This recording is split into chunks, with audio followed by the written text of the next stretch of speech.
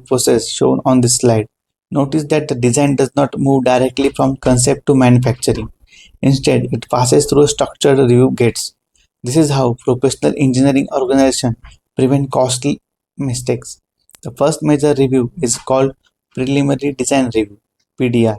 At this stage, engineers evaluate whether the overall design direction makes sense.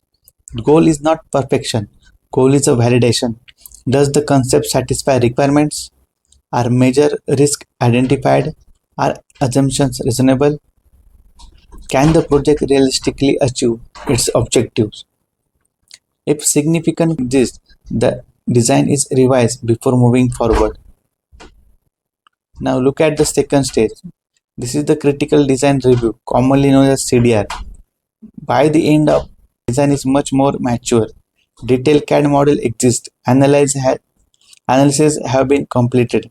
Manufacturing plans have been developed. The review teams examine whether the design is ready for production or not. Potential failure modes or challenge are evaluated. The purpose of this review is not to criticize engineer. The purpose is to protect the project.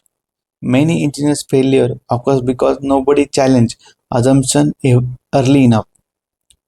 Fresh perspective often reveal risk that designer may overlook. The same principle applies in a motorsport, aerospace, automotive, and industrial product development. Professional engineers do not fear review.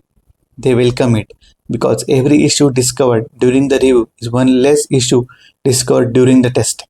At this point, many students believe engineering is finally ready to begin because CAD modeling starts, but the professional engineers see a CAD very differently than a beginners do.